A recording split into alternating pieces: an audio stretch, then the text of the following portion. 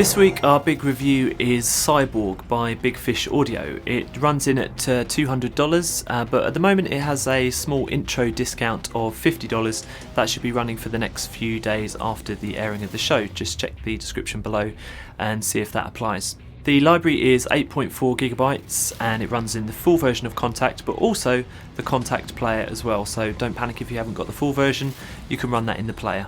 The concept behind the library is that it's an organic, live and synthesized hybrid scoring module for Contact, and it's full of those kind of hybrid cinematic effects that you'll be well used to from trailer scores and underscoring for modern cinema.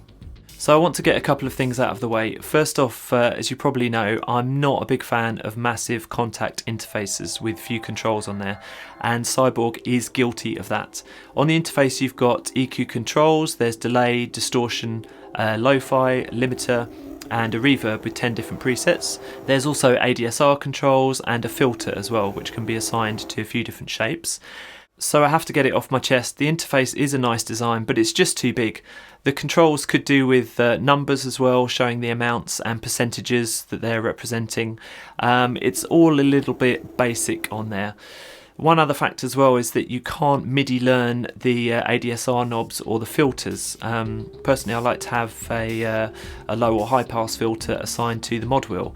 You can't do that from within the interface. You could probably go into the edit panel and adjust it, but not everybody knows how to do that, so that would be really useful. You've got 5 categories of sounds within this library. There's drones and atmospheres, drums and percussion, guitars and basses, keyboards and miscellaneous instruments, and finally cinematic effects. The categorization is broad, it could be better.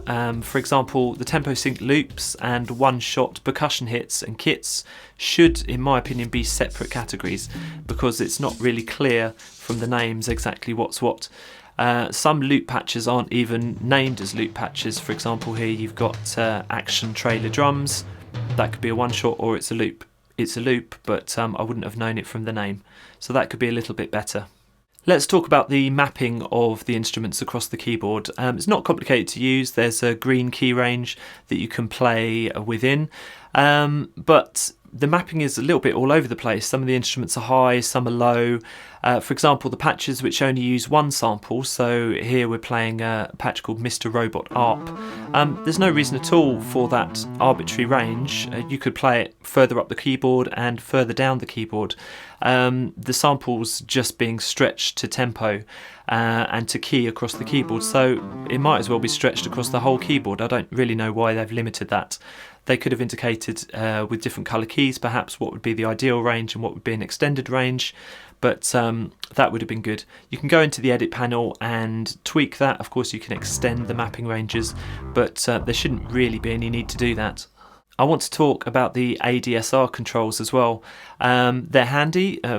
Great that they're there in the first place, but they could be better suited to the material. For example, the drone samples all have baked in attack times which are quite long, and some of the drones don't even loop, so why not loop them all and set the default attack dial nice and high so that the users could actually knock that down to 0 and start a drone immediately if they wanted to.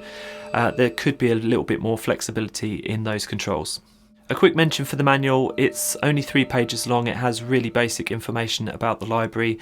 You better hope that you've used a Contact player library before, because otherwise you might get a bit lost with this product if you're new to Contact or new to this kind of cinematic sound module. So far it sounds like I'm really down on this library. Everything I've suggested, they're not deal breakers, but they're all improvements that could be made. I'd really love to see a version 2 of Cyborg with some of those suggestions put into there. But now that critique's out the way, let's talk about the sounds. The sounds are useful. If you don't have a cinematic effects library already, then this is going to be a great starting point. And the effects that are on the interface, they're really handy for shaping the sound, and they work pretty easily, to be honest. There's lots of multis in there that are really great too, including the atmospheres and the keys especially. I particularly like those. So I don't want you to get the wrong idea about this library. It's a very usable library and the sounds are mostly good. It's also at a good price point, but the trouble is it's hard to recommend it over similar cinematic libraries, of which there are really hundreds out there. However, I think if you manage to pick up Cyborg for the intro discount, or perhaps a sale price further down the line, and are comfortable enough with the contact interface that you can tweak the sounds yourselves to make them work for you, then it's a good library to have in your arsenal and you should be happy with the content. Thank you so much for watching. That's just a small taste of the Samplecast, a weekly podcast and YouTube show for sample library geeks and plugin enthusiasts.